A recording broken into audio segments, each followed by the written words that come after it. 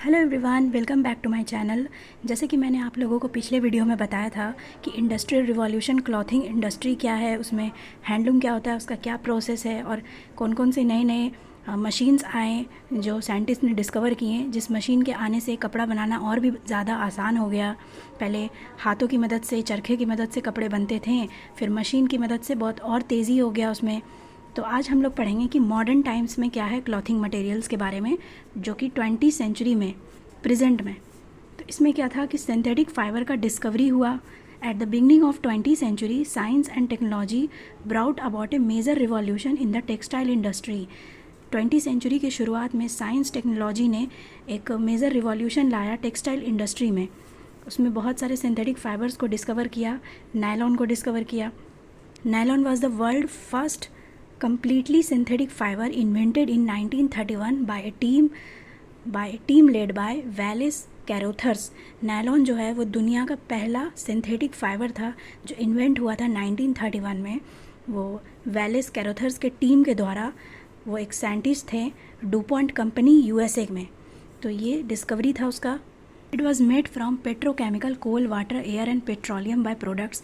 Nylon के बारे में तो मैंने आपको अपने पिछले वीडियो में ही बताया था कि सिंथेटिक फाइबर्स कौन कौन से होते हैं, उसका सारा डिस्कस हो गया था। लेकिन यहाँ पे कुछ क्लॉथिंग मटेरियल्स, यहाँ पे हिस्ट्री ऑफ क्लॉथिंग के बेसिस पे यहाँ पे कुछ डिस्कस हो रहा है कि नायलॉन कैसे डिस्कवर हुआ, कैसे 20 सेंचुरी में ये आया। तो ये जो है पेट्रोकेमिकल से बनता है, कोल, वाटर, एयर और पेट्रोलियम प्रोडक्ट से। वाइल्ड फाइबर्स लाइक और रेयॉन और सिल्क जो है ये भी नेचुरल बेसिस पे है। लेकिन नायलॉन जो है वो पहला फाइबर है जो कम्प्लीटली मैन मेड है, क्योंकि सिल्क जो है वो तो सिल्क वॉर्म से होता है और रेयॉन भी कुछ नेचुरल बेसिस पे है। तो लेकिन ये जो है नायलॉन, ये कम्प्लीटली मैन मेड के तरीके से बनाया गया है, इसीलिए इसका निक नेम जो है वो मिरेकल फाइबर दिया गया था। इसका प्रॉपर्टीज़ क्या है कि बहुत ड्यूरेबल होता है, स्ट्रॉन्ग होता है, इससे रोप्स और पैराशूट बनाया जाता है। ये रिंकल रेजिस्टेंस होता है, इसमें आयरन करने की ज़रूरत नहीं पड़ती है। फैब्रिक जो है लाइट वेट होता है, इलास्टिक होता है, कंफर्टेबल होता है। इंसेक्ट रेजिस्टेंस होता है, मतलब कि इंसेक्ट या फंगस जो है वो इसे डैमेज नहीं कर सकते हैं इस कपड़े को। वाटर रेजिस्टेंस, मतलब जल्दी सूख जाता है और ट्रैवल या आउटडोर यूज़ के लिए एकदम परफेक्ट है। इसका इनिशियल यूजेस क्या है कि when nylon came on to the market, its first commercial use was in 1938 as toothbrush bristles। जब नायलॉन मार्केट में आया तो पहला कमर्शियल यूज़ इसका, इसे टूथब्रश ब्रिस्टल में यूज़ किया गया था 1938 में। Nylon stocking ladies hosiery wear launch. Nylon से लेडीज़ हॉसरी भी लॉन्च किया गया मार्केट में। 1939 में लेडीज़ हॉसरी लॉन्च किया गया था and become immediately popular because they were a cheap alternative to silk. ये जो है सिल्क का चीप अल्टरनेटिव है, क्योंकि पहले जो था सिल्क से बस सिल्क ही आया था डिस्कवर, बाद में ना हुआ सिंथेटिक फाइबर। नायलॉन का तो बाद में डिस्कवरी हुआ है, लेकिन पहले लेडीज़ हॉसरी जो है सिल्क का बना होता था, जो कि बहुत एक्सपेंसिव होता था। लेकिन इसका अल्टरनेटिव बन गया, नायलॉन से बनाया गया, तो इसीलिए। और ये जो हॉसरी है वो हॉसरी उसे कहते हैं जो पैरों में पहना जाता है। स्टॉकिंग्स या पैंटी हाउस बोल सकते हैं। वो पतला होता है, टाइट होता है, फिटिंग होता है, ट्रांसपेरेंट होता है और सेमी ट्रांसपेरेंट क्लॉथिंग भी होता है, जो औरतें अपने पैरों में पहनती है। एक तरह का मतलब कि सॉक्स हो गया, जैसे टाइट या लेगिंग्स टाइप जो होता है। तो ये कुछ कपड़े थे। तो during world war two it was also used in parachute, ropes, tent, uniform, tyre cords and medical supplies. World war two के दौरान इसका यूज़ पैराशूट, रोप्स और ये सब में इसका यूज़ होने लगा। इसका इम्पैक्ट क्या है कि nylon revolutionise the textile industry. Nylon ने टेक्सटाइल इंडस्ट्री में एक अपना नया दौर दिया।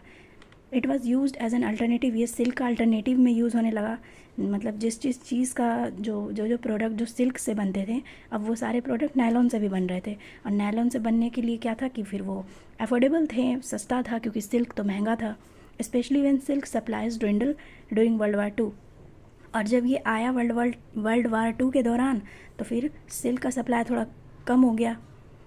It made fashion everyday products affordable. Fashion और हर दिन के प्रोडक्ट को एफोर्डेबल बना दिया गया, और ये ड्यूरेबल भी था, एसेसिबल भी था। Nylon is still use today in sports wear, swim wear, luggage, carpets, seat belt, ropes, tent, umbrella etcetera. आज भी ये सब चीज़ों में नायलॉन के फाइबर का यूज़ होता है, नायलॉन से बनता है।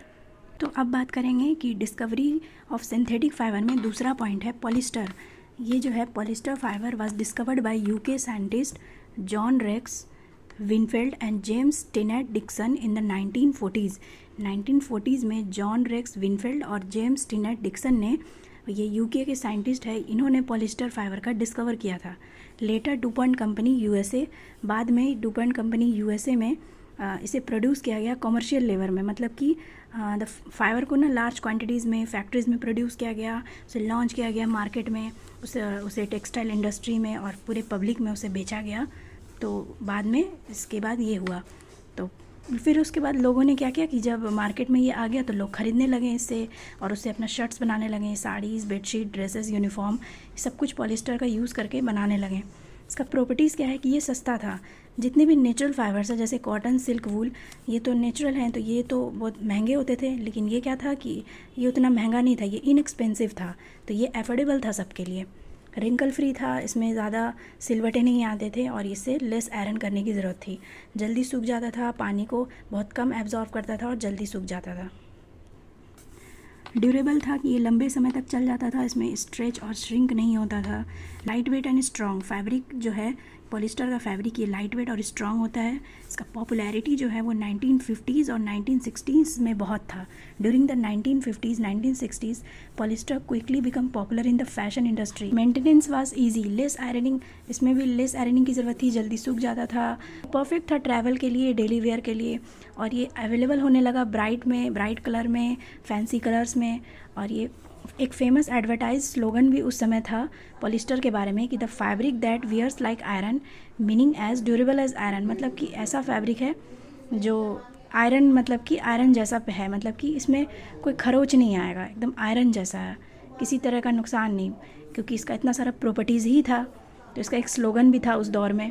इसका यूजेज है क्लॉथिंग बनाने में हुआ, शर्ट्स, ट्राउज़र, ड्रेस, साड़ी, दुपट्टा, जैकेट, ब्लेंडेड फैब्रिक्स भी बनने लगा। ब्लेंडेड मतलब कि दो कपड़ों को मिक्स करके बनाने लगे, इसमें कॉटन और पॉलिस्टर मिक्स करके बनने लगा कपड़ा।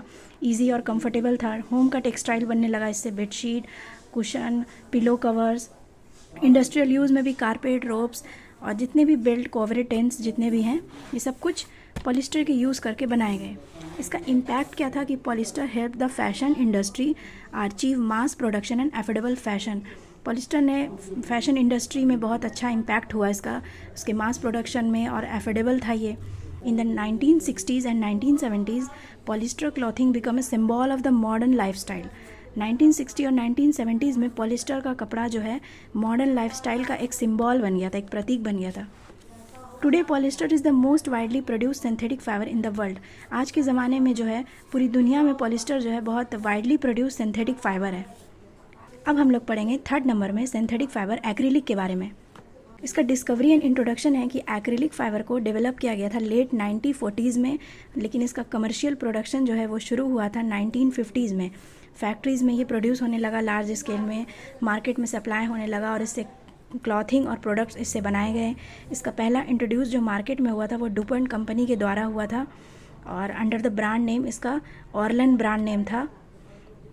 This fibre is made from, ये जो फाइबर है एक्रिलिक फाइबर, ये भी ऑयल बेस्ड केमिकल के ज़रिए बनता है। एक्रिलिक का प्रॉपर्टीज़ है कि ये आर्टिफिशियल वूल भी इसे कहा जाता है, क्योंकि ये एकदम वूल जैसा लुक्स है, वूल जैसा फील देता है, इसीलिए इसे सिंथेटिक वूल भी कहते हैं। ये सॉफ्ट और वार्म होता है, ये वूल जैसा एकदम गर्म देता है हमें, और इसका पॉपुलैरिटी जो है विंटर में बहुत ज़्यादा है, विंटर के क्लॉथिंग में।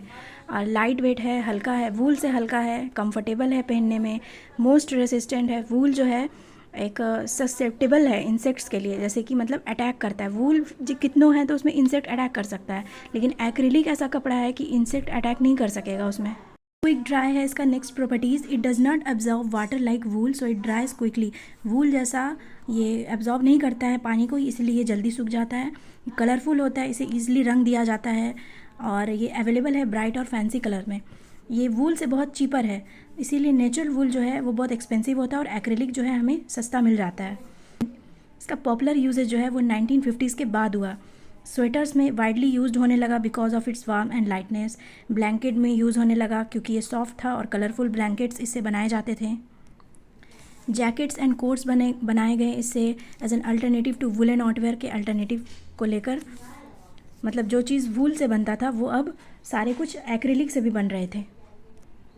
स्कार्फ्स, ग्लव्स, सॉक्स और जितने भी कोल्ड क्लाइमेट्स में पहने जाते हैं वो सब कुछ एक्रिलिक फाइबर से बनाया जाता था। होम टेक्सटाइल में अपहोल्स्ट्री, कारपेट्स एंड कुशन्स ये सब बनता था। इसका इम्पैक्ट था 1950s और 1960s में। एक्रिलिक जो है वो बहुत कंपटीशन दिया था वूल इंडस्ट्री में, क्योंकि ये सब कुछ वूल जैसा ही कर रहा था। सब जितना भी जो चीज़ वूल से बनता था वो अब एक्रिलिक से भी बन रहा था। Warm clothing become affordable for the middle class लोगों के लिए एफोर्डेबल हो गया, क्योंकि ये सस्ता था वूल से। वूल जो इसका कंसेप्ट निकला था उस समय फैशन इंडस्ट्री में, इसका एक पॉपुलैरिटी था जो इसे बहुत बढ़ावा दिया था इस फाइबर को। इसका कंसेप्ट था कि वूल विदाउट वूल, मतलब वूल जैसा फील करेगा लेकिन ये वूल का नहीं होगा। तो ये एक कंसेप्ट उस समय बन गया था फैशन इंडस्ट्री में, तो इससे बहुत पॉपुलैरिटी हुआ था। टुडे आजकल जो है एक्रिलिक जो है बहुत ज़्यादा ही यूज़ हो रहा है सिंथेटिक फाइबर में और कोल्ड वेदर के क्लॉथिंग में। अब आता है हमारा नेक्स्ट टॉपिक रेयॉन, जिसे आर्टिफिशियल सिल्क भी कहते हैं। ये भी सिंथेटिक फाइबर है। इसका डिस्कवरी और डेवलपमेंट क्या है कि rayon was invented in the late 19th century 1884 by French scientist Hilaire de Chardonnet. Rayon को इन्वेंट किया गया था 19th सेंचुरी 1884 में फ्रेंच साइंटिस्ट के द्वारा, जो कि जिनका नाम है हिलारे डे कार्डोनेट। ये जो है इनिशियली शुरू में इसे कार्डोनेट सिल्क कहा जाता था, क्योंकि ये एकदम सिल्क जैसा शाइनी और स्मूथ था। आर्टिफिशियल सिल्क भी इसे कहा जाता है, तो इनके नाम से ही पड़ गया था। लेकिन बाद में फिर इसका नाम चेंज हो गया। It was the world first, और ये जो है दुनिया का सबसे पहला है जो सेमी सिंथेटिक फाइबर है।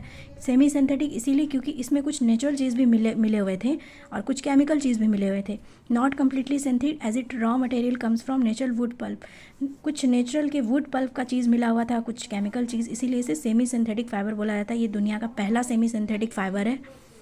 लेकिन कमर्शियल लार्ज स्केल में इसका जो शुरुआत हुआ, ये जब फैक्ट्रीज़ में आने लगा, मार्केट में बिकने लगा, तो ये 20th सेंचुरी में इसका शुरुआत हुआ। तब से ये पॉपुलर हो गया। इसका प्रॉपर्टीज़ है कि ये रेयॉन जो है सिल्क लाइक है, उसका टेक्सचर शाइन वैसा देता है, इसीलिए इसे आर्टिफिशियल सिल्क कहते हैं। इसका फाइबर जो है सॉफ्ट, लाइट, कंफर्टेबल और कूल होता है पहनने में। कॉटन जैसा जो है, जैसे कॉटन है तो जैसे कॉटन है वो पानी को एब्जॉर्ब कर लेता है, उसे पहनने में कंफर्टेबल लगता है। तो ये कॉटन जैसा ही था कि ये समर या हीट में पानी को एब्जॉर्ब कर लेता है और पहनने में कंफर्टेबल लगता है। जल्दी रंग इसमें चढ़ जाता है, रंग जल्दी पकड़ता है, और इसीलिए इसे कलरफुल और फैंसी में बनाया गया है। नेचुरल सिल्क जो है वो बहुत एक्सपेंसिव है, लेकिन रेयॉन जो है वो इनएक्सपेंसिव, मतलब कि चीप अल्टरनेटिव है। तो जिस लोगों को उस समय सिल्क महंगा लगता था तो वो रेयॉन लेते थे, रेयॉन से बने हुए कपड़े यूज़ करते थे, क्योंकि वो भी सिल्क जैसा ही दिखता था। Rayon strength decreases when expose to water. Rayon का स्ट्रेंथ कम हो जाता है जब ये पानी इस पर पड़ता है, तो ये इसका थोड़ा ड्रॉबैक है। इसका यूजेस है कि इसमें रेयॉन का यूज़ करके साड़ी, ड्रेस और अस्तर, लिनिंग्स, टाइज, ब्लाउजेस, अंडरगारमेंट्स ये सब बनाए गए हैं। कर्शन, बेडशीट, अपहोल्स्ट्री ये सब में बनाया गया। इंडस्ट्रियल यूज़ में भी इसका यूज़ होने लगा। Tyre cot, surgical product, bandages ये सब भी बनने लगा, क्योंकि ये एब्जॉर्बेंट थे। इसका इम्पैक्ट जो है, इसका पॉपुलैरिटी 20th सेंचुरी में बहुत था। रेयॉन मार्केट में इंटर हुआ 20th सेंचुरी में, तो लोग इसे अल्टरनेटिव सिल्क के नाम से प्रेफर करने लगे। मिडिल क्लास जो लोग थे ये एफर्ट करते थे, क्योंकि सिल्क जो है वो महंगा था और रेयॉन जो है वो सस्ता था और लग्जरी लुक भी देता था और लो कॉस्ट भी था। रेयॉन जो है एक कंसेप्ट लेके आया था एफोर्डेबल लग्जरी का, फैशन से और टेक्सटाइल इंडस्ट्री में एक कंसेप्ट आ गया था, इंट्रोड्यूस हो गया था। अब आता है हमारा 5th पॉइंट, जो कि सिंथेटिक फाइबर है, स्पैंडेक्स, जिसे लाइक्रा भी कहते हैं। The fibre was invented in 1958 by Joseph Shivers, a scientist at the DuPont company, USA के डू पॉइंट कंपनी में जोसेफ सीवर्स ने 1958 में ये फाइबर को इन्वेंट किया था। इसका सिंथेटिक नेम जो है वो स्पैंडेक्स है, लेकिन बाद में इसका नाम जो है मार्केट में वो लैक्रा नाम से ज़्यादा फेमस हुआ, इसका ब्रांड नेम बन गया। ये जो है पॉलीयूरेथेन पॉलीमर से बनाया जाता है, और इसका क्या मतलब है कि पॉली मतलब बहुत सारा और यूरेथेन मतलब कि एक खास केमिकल ग्रुप। तो पॉलीयूरेथेन जो है बहुत सारा यूरेथेन ग्रुप्स को मिलाकर एक लंबा चैन बनाया जाता है, तो इसी का मतलब होता है पॉलीयूरेथेन। तो ये एक पॉलीमर से, इसी से ये बनाया गया था स्पैंडेक्स। पॉलीयूरेथेन पॉलीमर एक केमिकल सब्सटेंस है जो प्लास्टिक के फैमिली से बिलोंग करता है। This polymer are long chains made of many repeating chemical units. ये पॉलीमर जो है लॉन्ग चेन से बना होता है, मेनी बहुत सारे केमिकल यूनिट्स को रिपीट करके, और इसे बहुत अलग अलग शेप और प्रॉपर्टीज़ में बनाया जा सकता है। ये फ्लेक्सिबल होता है, स्ट्रेचेबल होता है, इसीलिए इससे स्पैंडेक्स और लिक्रा बनाया जाता है। It does not tier easily, last a long time, durable, ये जल्दी फटता नहीं है और ये बहुत लंबे समय तक चलता है, ये ड्यूरेबल है। रिड्यूस वाटर एब्जॉर्प्शन, पानी भी कम एब्जॉर्ब करता है, इससे जो है फोम बनाया जाता है। Rubber sheets, paints, coatings, adhesive, glues, shoe soles, car seats and insulation material, ये सारे कुछ इससे यूज़ करके बनाए जाते हैं। तो ये पॉलीयूरेथेन पॉलीमर के बारे में था। अब हम लोग पढ़ेंगे प्रॉपर्टीज़, जो कि स्पैंडेक्स लैक्रा के बारे में हम लोग प्रॉपर्टीज़ पढ़ेंगे। इसका प्रॉपर्टीज़ है कि ये हाईली स्ट्रेचेबल है, मतलब कि ये अपने जो ओरिजिनल लेंथ में है उससे 5 to 8 टाइम इसे स्ट्रेच किया जा सकता है और बाद में ये अपने फिर जो है वो अपने ओरिजिनल स्टेट में भी आ जाता है। Return to its original shape after being stretch.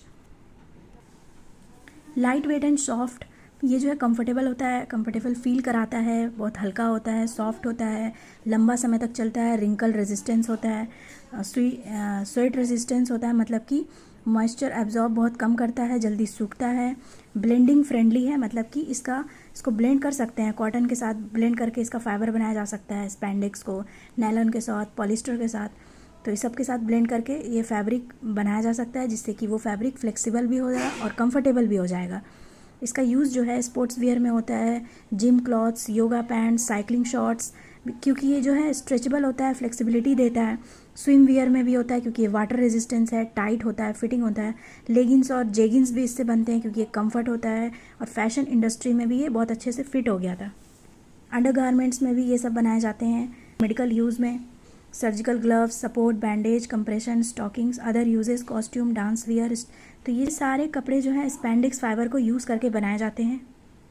इसका इम्पैक्ट है कि लाइक्रा जो है वो लाइक्रा बोलें या स्पैंडेक्स बोलें, इसे फैशन और स्पोर्ट्स इंडस्ट्री में ट्रांसफॉर्म किया गया। पहले लोग जो है कॉटन और वूल का कपड़ा पहनते थे जो कि स्ट्रेचेबल नहीं होता था, लेकिन स्पैंडेक्स जो है बॉडी हगिंग है, फ्लेक्सिबल है, स्टाइलिश है, क्लॉथिंग अच्छा इससे पॉसिबल है। तो स्पैंडेक्स जो है बहुत फ्लेक्सिबल था, इसीलिए इससे बहुत सारे स्टाइलिश कपड़े पॉसिबल हो सके। और आज के ज़माने में जो एथनिक और कैजुअल फैशन है, जैसे लेगिंग्स, स्पोर्ट वेयर, ये भी जो है अनथिंकेबल है, मतलब कि सोचा नहीं जा सकता था, लेकिन आज के ज़माने में स्पैंडेक्स का यूज़ करके इससे बनाया जाता है। And the biggest reason for this is lycra spandex. तो डिस्कवरी ऑफ सिंथेटिक फाइबर के बाद हम लोग एडवांटेज ऑफ सिंथेटिक फाइबर के बारे में पढ़ेंगे। फैब्रिक्स जो है ये बहुत कम दाम का, सस्ता है, एफोर्डेबल है ऑर्डनरी पीपल के लिए, wrinkle free, durable, less ironing and maintenance, light weight है, वाटर प्रूफ है, options also become available and strong materials है जो हम इंडस्ट्रियल और मिलिट्री यूज़ के लिए भी बनाया जाता है। ब्लेंडेड फैब्रिक्स भी बनते हैं इससे, कॉटन पॉलिस्टर को मिला करके, और ये बहुत मिडिल जो है 20वीं सेंचुरी में ये पॉपुलर हो गया था। Blends combine for the best properties of both fibre, दोनों फाइबर से जो ब्लेंड होता है ये अच्छा प्रॉपर्टीज़ देता है कंबाइन होके। जैसे कॉटन में जो है वो कॉटन जो होता है सॉफ्ट और ब्रीथेबल होता है, पॉलिस्टर जो है रिंकल रेजिस्टेंस, ड्यूरेबल होता है। तो सच ब्लेंड्स में clothing even more practical and stylish, ऐसे ब्लेंड से कपड़े जो हैं और प्रैक्टिकल और स्टाइलिश हो जाते हैं। हम लोग ने पढ़ा मॉडर्न टाइम्स 20वीं सेंचुरी के बारे में, जिसमें कि सिंथेटिक फाइबर का डिस्कवरी के बारे में डिटेल में पढ़ा। तो नेक्स्ट वीडियो में पढ़ेंगे today fabric 21 century modern times. तो मिलते हैं नेक्स्ट वीडियो में। Thank you so much all of you.